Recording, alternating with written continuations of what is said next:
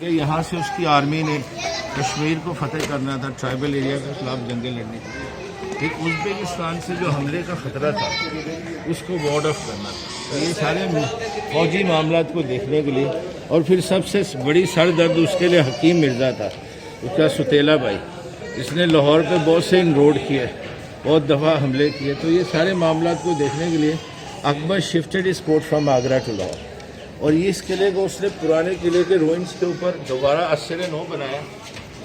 اکبری محل کے بارے میں ہسٹورین کا کہنا ہے اس کے 114 کمرے تھے. جودھا بائی اور مریم زمانے کے محلات they were known as the most beautiful wonder of this world. Unfortunately وہ عظیم الشان عمارتیں آج ایگزسٹ نہیں کرتی. اسی قلعے میں تھی وہ. ہاں جی ہاں جی. اکبر کے بعد 1611 میں اس کا بیٹا جو سلیم یعنی جہانگیر تھا، 1618 سے 11 سے 18 تک اس کو ایکسپینڈ کیا. پھر 1631 سے 48 تک اس کو بیوٹیفائی کیا شاہ جہاں نے. تو یہ 40-42 ایکڑ اس کا رکھتا ہے. ٹوٹل ایریا جو کتنا ہے 40 سے 42 ایکڑ.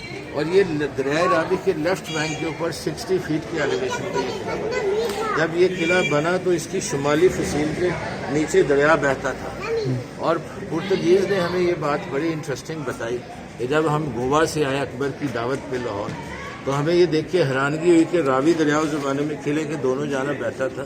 یہ قلعہ ایک آئی لینڈ کی طرف بیچ میں جزیرے نما واقع تھا. تو آہستہ آہستہ قلعہ دور چلا گیا ہے. انہوں نے کہا کہ یہ ہمیں کشتیوں پہ بٹھا کے محل میں لایا گیا. تو بہرحال مغلوں کے بعد یہاں سکھوں نے 50 سال حکومت کی.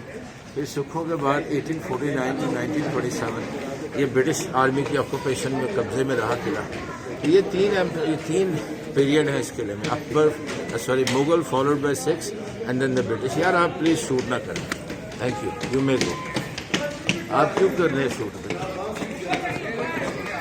تو اس قلعے کے 3 دروازے ہیں. یہ ایلیفنٹ پیسیج ہے. یہاں سے ہاتھیوں پہ اور پالکیوں پہ جب خواتین کو ایک شاہی انچواج میں شاہی قافلے میں لے کے جاتے ہیں، ان کی استقبال کے لیے یہ درجنوں کی تعداد میں خواجہ سرا کنیزیں اور اناؤنسرز کھڑے ہوتے ہیں، اور وہ چلا کی یلنگ کرتے، چانٹنگ کرتے،